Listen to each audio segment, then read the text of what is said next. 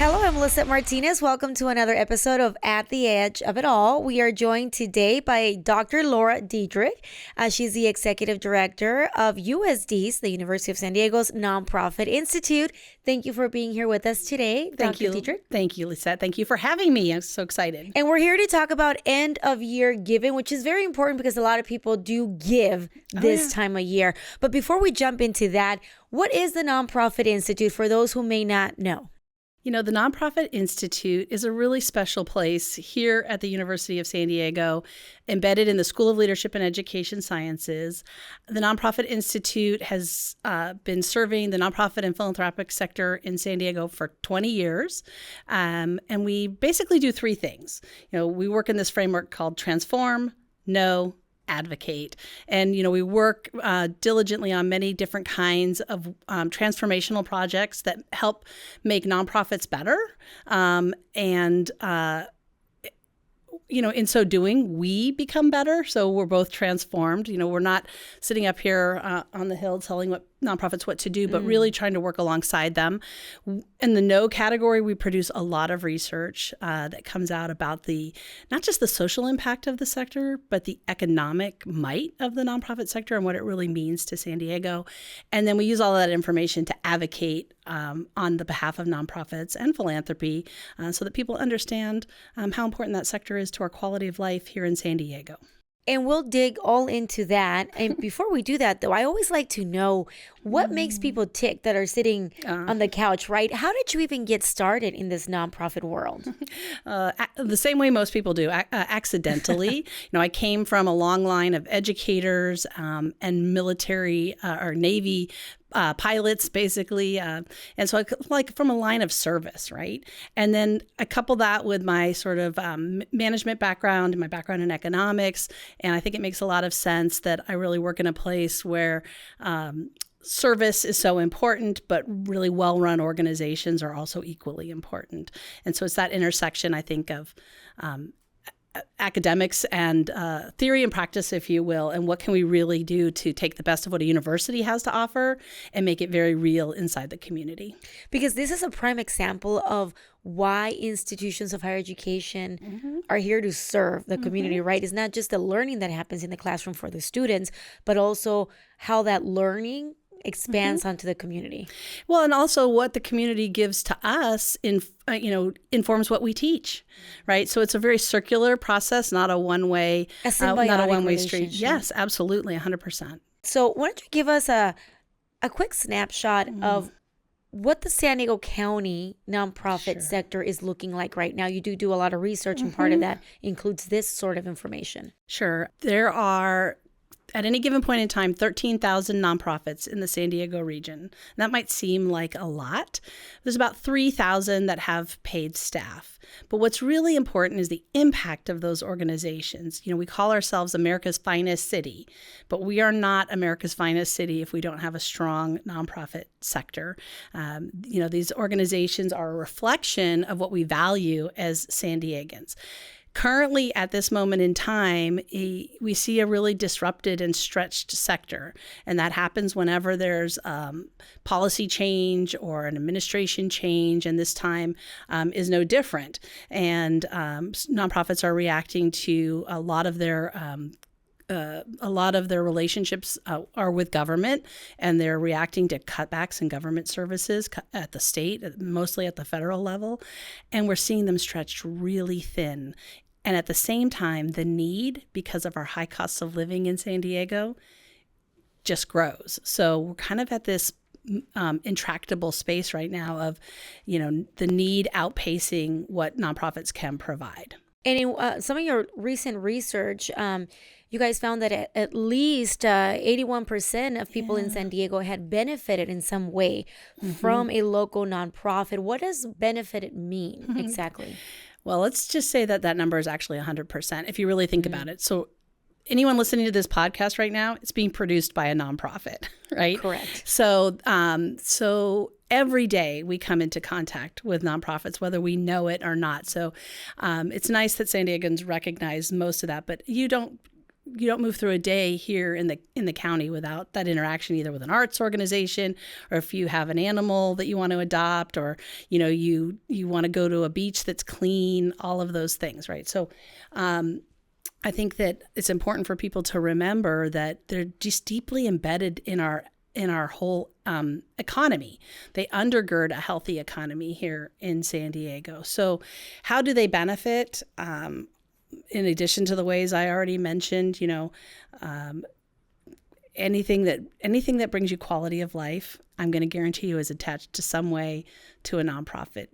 Churches, if you belong to a church or a synagogue, or religious institutions are nonprofits, right? There's our spiritual home for people, the arts and education, and then things that people don't think of but have become a little more obvious, I think, in the last year or so. Innovation happens in the nonprofit sector. Many of our research institutions, et cetera, are, especially in tech and biotech, they're housed within nonprofits. So, so when they're disrupted, they have a really destabilizing effect on the economy. These are so important to everyday San Diegans, whether you see it and feel it and know it or not. That's really interesting that you mentioned that, because maybe, some people, when they hear the word nonprofit, they may think of the local food bank or the shelters. But as you said, there's so many things out there that we enjoy every single day that are supported by nonprofits. And you mentioned earlier that we have this large amount of them, but only a few actually employ people. A lot of them are just volunteer work, right? Yeah. How many of us have been on a PTA or a Little League board? That's all volunteer work. Those are all done through nonprofits. Again, an expression of what we value as important. We don't have to wait around for government or the for-profit sector to solve a problem. If we see one, we can work through a nonprofit. We can start a nonprofit. Those kinds of things, and they exist not as charity and as handout. They exist because there is a real and documented need that somebody feels is going unmet, and so they're met through the formation or the creation and services of nonprofits. Now, just as people need of nonprofits, nonprofits need of people, right? Sure. There goes that Absolutely. relationship again that comes full circle. And the December 31st deadline is fast approaching, where, it will count for your 2025 taxes if you give to a nonprofit, right? Tell us a little bit about that. Well, it's interesting, as the tax policy has changed over the years, the idea of itemizing and charitable deductions has really shifted. So there's this, but what is true and what a lot of people still need to understand is that about 30% of charitable giving happens in December, and about 10% of charitable giving happens in the last 3 days of the month. Wow. So this time of year is equally important for high net worth givers and those that maybe aren't, don't have the capacity to give a really large gift. This year in particular, as we move into the tax year 2026, there are new guidelines for and new reductions in the benefits you get for charitable giving, new floors and ceilings, if you will, depending on how much you give versus how much you can get a deduction for, that you need to understand if you're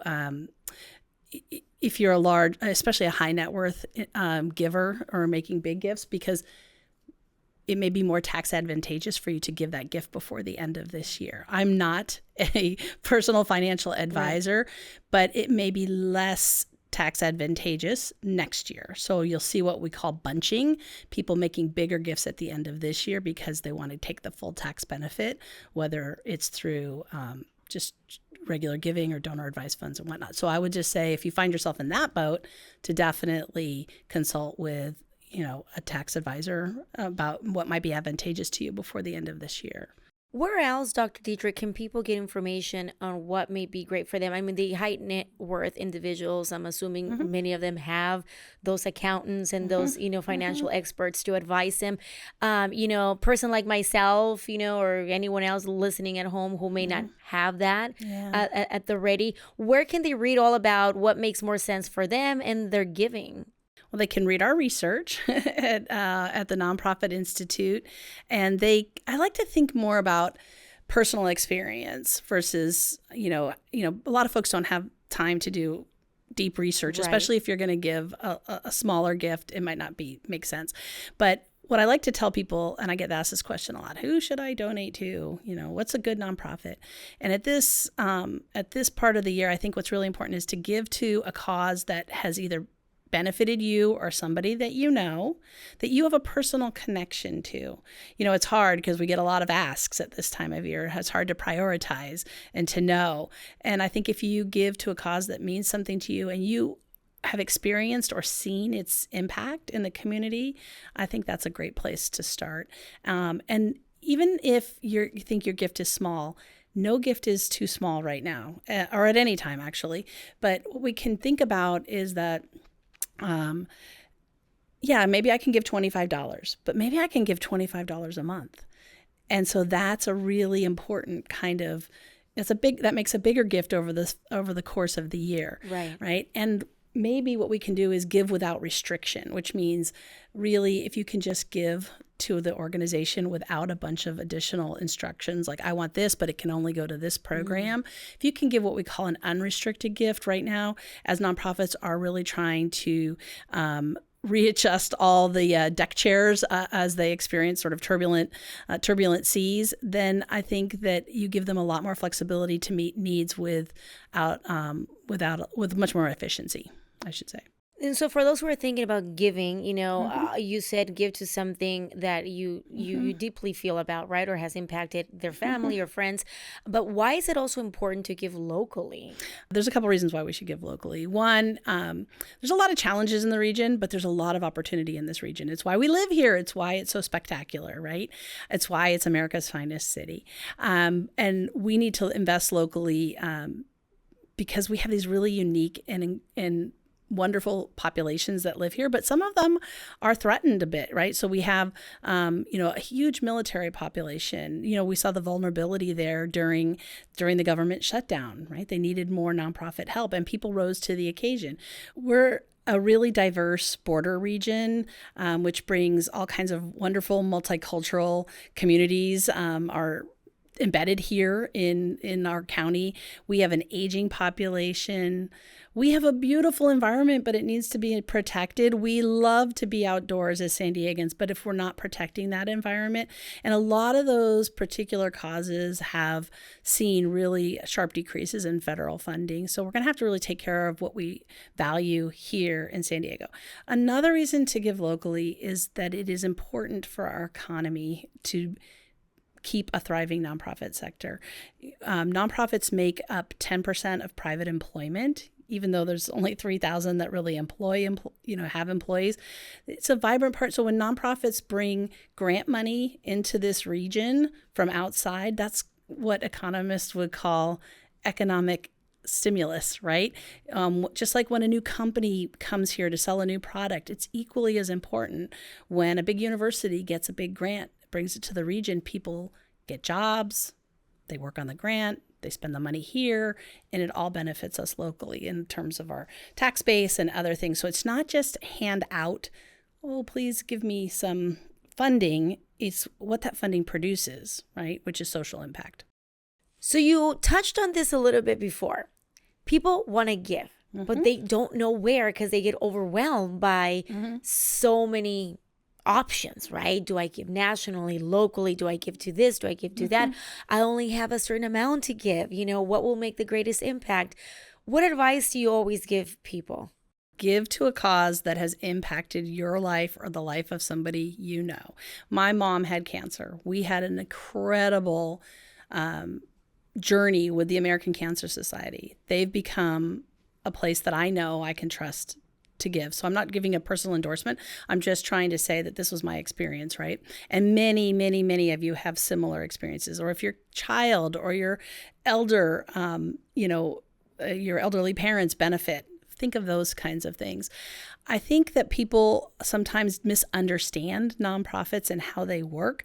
So they get very worried about how money is spent. Right. Nonprofits don't produce, so like if you go, to a coffee shop, you get a coffee, right? And it's a one-to-one kind of relationship. And if you don't like your coffee, you can return your coffee, right?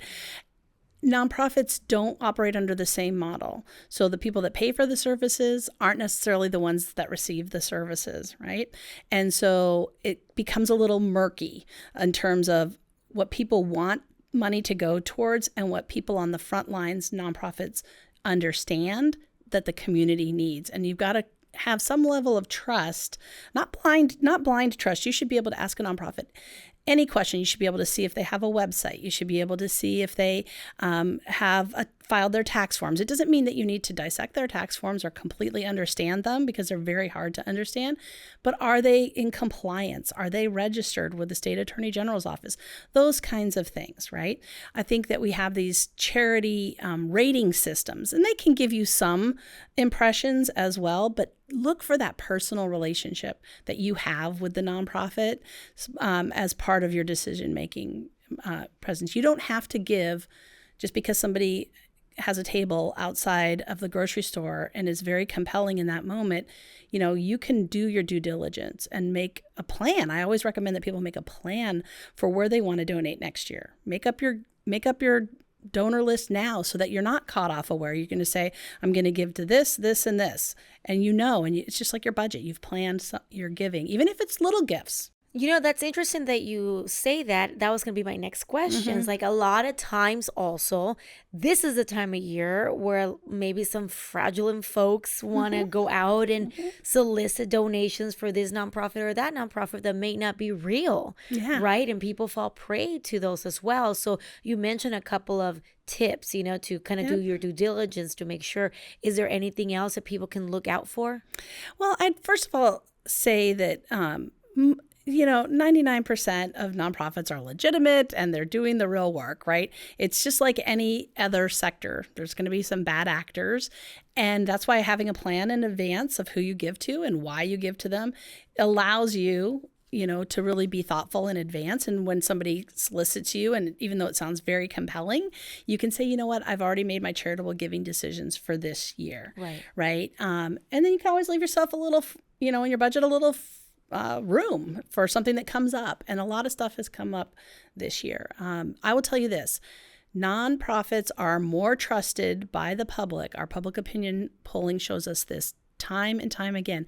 They are more trusted than government and the for-profit sector to do a whole host of activities, to provide services, to take care of the community, to provide jobs even. So you can look at our research. It shows us. We just finished a large California study where we did very similar public opinion polling, and it backed up exactly what we saw here in San Diego. So nonprofits are, at a time where we're talking about the distrust of institutions, nonprofits are proving to be highly trusted because they serve very locally in most cases.